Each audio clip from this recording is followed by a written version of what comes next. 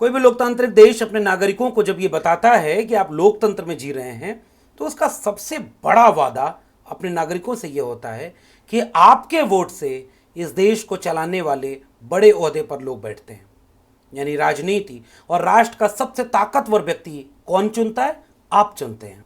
और आपका वोट सबका बराबर हो गया। हमारे देश के संविधान ने सबको यह भरोसा दे दिया कि आप सब बराबर हैं, क्योंकि इस देश में कभी जाति के नाम पर, धर्म के नाम पर, गरीब अमीर के नाम पर कई तरह के भेदभाव, लैंगिक आधार पर भेदभाव हुआ करते थे। लेकिन संविधान ने कहा कि सब बराबर और सबके वोट की कीमत एक, और आपके वोट से इस देश में सबसे ताकतवर व्यक्ति का चयन होता है। इसलिए जब भी चुनाव आता है तो सरगर्मियां इसलिए भी महत्वपूर्ण हो जाती हैं, और एक सजग जागरूक नागरिक को इस बात के लिए सजग और जागरूक होना भी चाहिए कि चुनाव के बीच में हो क्या रहा है, कौन गठबंधन बन रहा है, कौन क्या घोषणा कर रहा है, कौन किस एजेंडे पर काम कर रहा है, कौन ये वादा कर रहा है कि अगर वो वोट पाएगा, सत्ता में जाएगा, तो वो इस देश को कैसे आगे बढ़ाने का काम करेगा। और ये बुनियादी शर्त है। अगर आप वोट दे रहे हैं और आपके वोट की ताकत इतनी ज़्यादा है, तो शर्त भी ये है कि आप डॉक्टर हैं, इंजीनियर हैं, वकील हैं, प्रोफेसर हैं, या कोई बिजनेसमैन है, किसान है, मजदूर हैं, नौजवान हैं, महिलाएं, कोई भी पेशा कर रहा हो, मगर उसे आंख खोल कर देखना होगा कि आपके आसपास हो क्या रहा है। इसलिए हम अपने चैनल पर बार बार इस पर बात कर रहे हैं, क्योंकि 2024 का चुनाव बिल्कुल आने वाला है। अभी तो वक्त है, मगर इस चुनाव में इतना कुछ हो रहा है कि अभी से अगर आप नजर नहीं रखेंगे तो पता कैसे चलेगा कि जिसने 9 साल 10 साल इस देश पर राज किया, वो किस दावे के साथ फिर से वोट मांगने आ रहा है। उसकी पार्टी ने कौन से बड़े काम किए, उसने अपने घोषणा पत्र के कौन से वादे निभाए, और दूसरी तरफ जो उनसे लड़ने के लिए एकजुट हो रहे हैं, वो लोग क्या दावा कर रहे हैं, और उनकी रणनीति क्या है, उनके दावे क्या हैं, और जिनको आज आपने कुर्सी बैठाई है उनसे अलग वो क्या नया कर रहे हैं। तो एक तरफ बन गया एनडीए गठबंधन, जो कि गठबंधन था नहीं 9 साल में, वो अब बन गया गठबंधन, एक अकेला शेर जो सब पर भारी था। चुनाव करीब आते आते अब वो गठबंधन बन रहा है। और दूसरी तरफ इंडिया गठबंधन। इंडिया गठबंधन उस विपक्षी खेमे की एकजुटता का नाम है जो तमाम राज्यों में कहीं सरकार में है राज्य की, तो कहीं विपक्षी दल की भूमिका में है, मगर वह सारे लोग एक बात पर सहमत हैं कि हम इस देश पर 2024 के चुनाव में भाजपा शासित या भाजपा के नेतृत्व वाले एनडीए गठबंधन को दिल्ली की कुर्सी पर नहीं बैठने देना चाहते, उन्हें उनसे रोकना चाहते हैं। और इस क्रम में 3 बैठकें इंडिया गठबंधन कर चुका है। पहली बैठक बिहार में, दूसरी बैठक बंगलौर में, और तीसरी बैठक मुंबई में हुई, जो आज ही खत्म हुई। 31 अगस्त और 1 सितंबर 2 तारीखें तय की गई थी कि तीसरी बैठक में कुछ बड़े निर्णय लिए जाएंगे।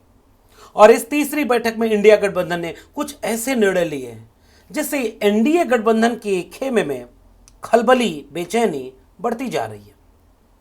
आप भी नजर रखें, हो सकता है बेचैनी न बढ़ती जा रही हो सकता है उनका कॉन्फिडेंस ऐसा है कि नहीं चुनाव एक तरफा है। मगर आज हुआ क्या? 1 सितंबर के दिन जितने विपक्षी दल हैं उन्होंने पहली मैच्योरिटी दिखाई। वो मैच्योरिटी क्या थी, इस पर मैं आपकी तवज्जो चाह रहा हूं।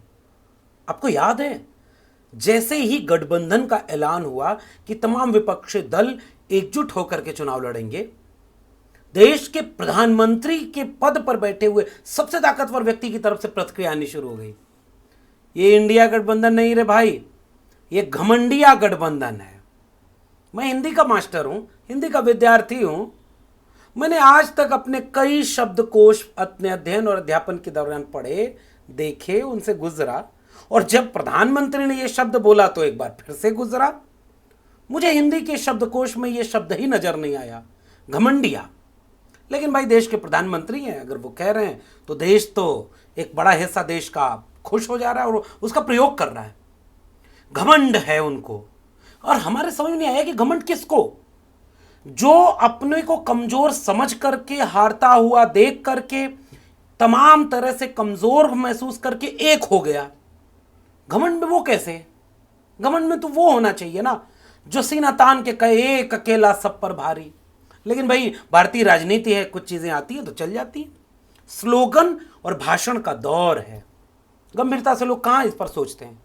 लेकिन आज के प्रेस कॉन्फ्रेंस इंडिया गठबंधन की, कल की बैठक का गोलमेज सम्मेलन की तस्वीरें, सारे बड़े से छोटे, नए से पुराने नेताओं की कुर्सियां बराबर की, सबको बराबर की जगह, सबका साझा बयान और साझा रणनीति पर हुंकार भरने की कोशिश। आप ये चिट्ठी देखिए, ये जो चिट्ठी एक प्रेस रिलीज की तरह से जारी हुई है, एक बड़ा दिलचस्प प्रयोग है। आगामी लोकसभा चुनाव एक साथ मिलकर लड़ने को लेकर Indian national development inclusive alliance के दलों का प्रस्ताव 1 सितंबर 2023। हम इंडिया के सभी दल। जैसे ही आप ये वाक्य पदबंध सुन रहे होंगे तो आपको भारत के संविधान की प्रस्तावना की याद तो जरूर आ रही होगी। हम भारत के लोग, we the people of India, यानी हम भारत के लोग, उससे प्रभावित होकर के एक संदेश देने की कोशिश कर रहा है इंडिया गठबंधन। पहले वाक्य में वह हम यानी बहुलता का, एकजुटता का, सबको मिलाकर चलने का, अपने साथ एक साझापन का एक पैगाम पूरे देश को देना। यह साझापन का पैगाम मुझे लगता है एनडीए गठबंधन देने में कभी भी कामयाब नहीं हो पाएगा, क्योंकि एनडीए गठबंधन की यूएसपी क्या है? उनका एक नेता, वो जो लार्जर देन पार्टी हो गया, लार्जर देन आइडियोलॉजी हो गया, लार्जर देन एनी कैंडिडेट, वो एक अकेला सब पर भारी। इसीलिए तो संख्या ज्यादा दिखाने के लिए जब इंडिया गठबंधन के सामने चुनौती बनते हुए देख करके जिस एनडीए गठबंधन की कोई बैठक लंबे समय से नहीं हुई, उसकी बैठक बुलाई गई। 38 पार्टियों का दावा कि हमारा गठबंधन का जो घर परिवार है, जो ये कुनबा है, वो इंडिया गठबंधन से ज्यादा बड़ा है। यानी यहां भी बड़ा दिखाने की एक जिद, और उस जिद के पीछे एक और सच अखबारों में छप गया कि 38 दलों में से 24 दल ऐसे हैं एनडीए के जिसके पास एक भी सांसद नहीं। ठीक बात है कि इंडिया गठबंधन में भी कुछ दल ऐसे होंगे जो बहुत कमजोर हैं, जिनका कोई सांसद नहीं होगा, लेकिन ये जो 38 में 24 है, ये तो थोड़ा ज्यादा नहीं हो गया? इस पर आप भी सोचिएगा। लेकिन मैं जिस बात पर आज आपका ध्यान आकर्षित करना चाह रहा हूं वो इंडिया गठबंधन का ये जो पर्चा आया है और इसकी आखिरी लाइन, हम इंडिया के सभी दल, ये जो पदबंध है, हम भारत के लोग, 3 पैराग्राफ और तीनों उसी से शुरू हो रहे हैं। हम इंडिया के सभी दल, विभिन्न भाषाओं में। गौर करिएगा, मैंने शुरुआत में भी आपको एक जिक्र किया कि आज की प्रेस कॉन्फ्रेंस को देखिए, जब बिहारी अंदाज में लालू प्रसाद यादव बोल रहे थे, जब बंगाली टोन के साथ ममता बनर्जी बोल रही थी, जब कर्नाटकी अपने मिजाज के साथ मल्लिकार्जुन खड़गे बोल रहे थे, जब तमिल तेवर में तमिल भाषा के साथ स्टालिन बोल रहे थे, और होस्ट जब पहला वाक्य उद्धव ठाकरे मराठी बोलते हैं, और जब एनसीपी के नेता शरद पवार अपनी भाषा और जम्मू कश्मीर के नेता अपने पहाड़ी टोन के साथ बोल रहे होते हैं, तो ऐसा लगता है कि हाँ, एक भारत का ये दृश्य तो है। तो ये बात इन्होंने अपने आखिरी वाक्य में लिखी कि सभी भाषाओं में जुड़ेगा भारत, जीतेगा इंडिया। और आज के इस बैठक के साथ सबसे बड़ा ये नारा इनका सामने आया, और इसके साथ वो मीडिया में जाने का काम करते हैं। एक शेर का मतला बड़ा मौजू है, इतना टूटा हूं कि छूते ही बिखर जाऊंगा। तो एनडीए गठबंधन और उनके नेताओं को यह भ्रम था कि ये इंडिया का कुनबा मिलते ही बिखर जाएगा। मीडिया के अखबारों में तमाम तरह की खबरें, और दैनिक जागरण का ये वाला पन्ना आपने देखा कि नहीं? अपने मुख पृष्ठ पर इंडिया नहीं, जैसे उनके प्रवक्ता और उनके नेता कह रहे थे, I.N.D.I.A, और इसको उन्होंने INDIA।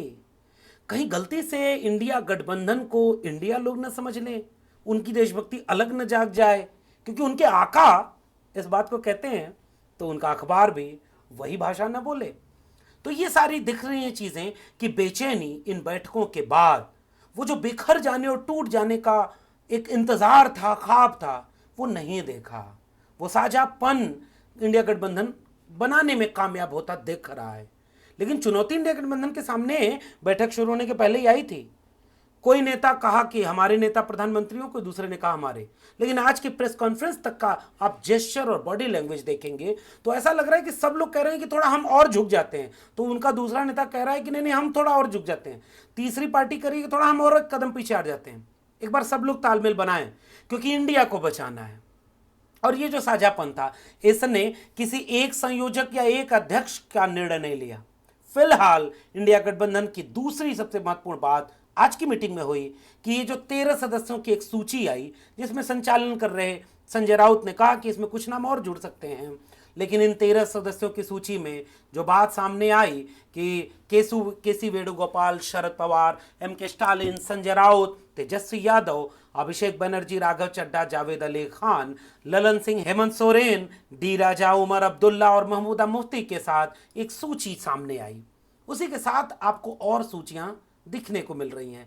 स्क्रीन पर आप देख रहे होंगे वर्किंग ग्रुप ऑफ मीडिया, जो जयराम रमेश के नेतृत्व में मनोज झा, अरविंद सावंत, जितेंद्र और राघव चड्ढा और तमाम नाम इसमें हैं।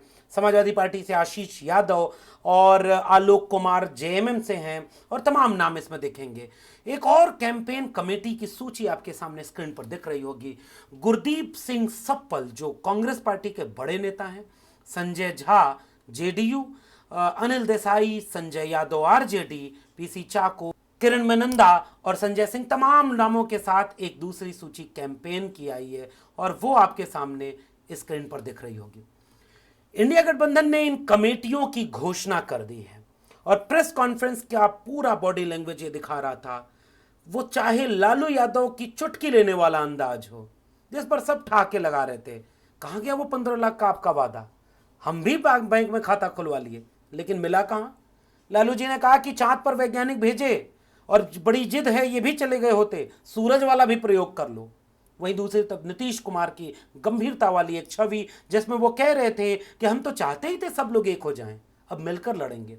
वहीं अरविंद केजरीवाल का यह कहना कि देश का नाम दुनिया में बदनाम करने वाले, भ्रष्टाचार करने वाले, देश के सबसे बड़े अब तक के प्रधानमंत्रियों में सबसे बड़े भ्रष्टाचारी प्रधानमंत्री,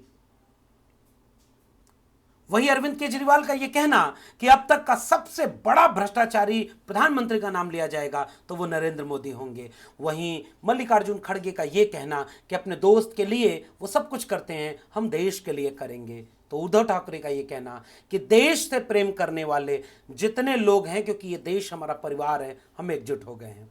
वहीं ममता बनर्जी अपने अंदाज में, तो सोनिया गांधी अपने अंदाज में इस एकजुटता को सेलिब्रेट कर रही थी। इस एकजुटता की काट एनडीए गठबंधन के पास मिले ये मुश्किल है, क्योंकि एनडीए गठबंधन एक अकेला पर चलता है। तो ये जो काम हुआ और एक निर्णय और लिया गया आज की बैठक में, वो बैठक का निर्णय ये था कि सितंबर के तीसरे सप्ताह के बाद साझा रैलियां करना हम शुरू करेंगे। बहुत जल्दी हम सीटों का बंटवारा तय कर लेंगे और उसके बाद साझा रैलियां करेंगे। आप एक विजुअल बनाइए, एक तरफ मंच लगाए जिस पे वही एक अकेला सब पर भारी, उसकी पुकार है, जो मन की बात है, जो बारंबार 9 साल से सुनाई जा रही है, वो फिर से गूंज रही होगी। और वही दूसरी तरफ एक और मंच सजा होगा जिसमें जम्मू कश्मीर से लेकर तमिलनाडु तक के, बंगाल से लेकर के पंजाब तक के, यूपी बिहार से लेकर के महाराष्ट्र तक के नेता या उनके प्रतिनिधि एक साथ बैठे होंगे, एक मुद्दा बता रहे होंगे, एक एजेंडे पर बात कर रहे होंगे, संविधान को बचाने की बात कर रहे होंगे। ये हलचल तो पैदा करेगा और यही एक रास्ता बचा हुआ है। इसमें कुछ और नाम मैं अभी भी उम्मीद करता हूं कि चंद्रशेखर आजाद रावण हो या बीएसपी प्रमुख मायावती जी हो, अगर ऐसा और लोग जुड़ जाएं तो इतना सतरंगी, इतना संविधान सम्मत ये जो दृश्य बनेगा, ये 2024 के चुनाव को बहुत ही दिलचस्प बनाने वाला है। हालांकि इंडिया गठबंधन की बैठक ने इतनी बेचैनी तो पैदा कर दी कि घमंडिया से होते हुए परिवारवाद और भ्रष्टाचार के आरोपों के आगे बढ़कर के कहीं सिलेंडर के दाम 200 रुपए कम होने लगे। एक नेता ने बयान दिया ना गठबंधन के कि अभी तो 2 बैठकें हुई तो 200 रुपया सिलेंडर का दाम घट गया, थोड़ा हमें और माहौल बनाने दीजिए, अभी तो देखिए और क्या क्या होगा। हाँ, एक और खबर आ रही है कि विशेष सत्र संसद का बुला लिया गया है। एक राष्ट्र एक चुनाव, ना जाने क्या क्या और नया होने वाला है, इस पर भी नजर बनाए रखिएगा। हम भी नजर बनाए हैं, जरा देखें बेचैनी किस खेमे में ज्यादा बढ़ रही है? कौन ज्यादा मैच्योरिटी से अपने लोगों को जोड़ पा रहा है? कौन अपने ईगो को सेटिस्फाई कर ले रहा है? किसका कुनबा बड़ा हो रहा है? किसका मुद्दा बड़ा हो रहा है? किसकी रणनीति बड़ी हो रही है? और कौन जनता पर अपना भरोसा जीतने में कामयाबी हासिल करता है? यह दिलचस्प होता जा रहा है। और एक नागरिक के लिए, एक नागरिक का धर्म यह है कि आप भी पूरी दिलचस्पी से इस पूरी प्रक्रिया पर नजर बनाए रखिए, क्योंकि आपके वोट से ही सब कुछ तय होने वाला है। यूं ही वोट न दे दीजिएगा। जरा सोचिए, विचारिए और देखिए कि आपके आसपास क्या हो रहा है। आपको ये बातचीत कैसी लगी नीचे कमेंट बॉक्स में जरूर बताइएगा। फिर मिलेंगे किसी और विशेषण के साथ। तब तक अगर ये बातचीत अच्छी लग रही है तो थोड़ा चैनल को सब्सक्राइब करिए, लाइक और शेयर करिए, जुड़े रहिए। फिर मिलते हैं, तब तक के लिए बहुत बहुत धन्यवाद।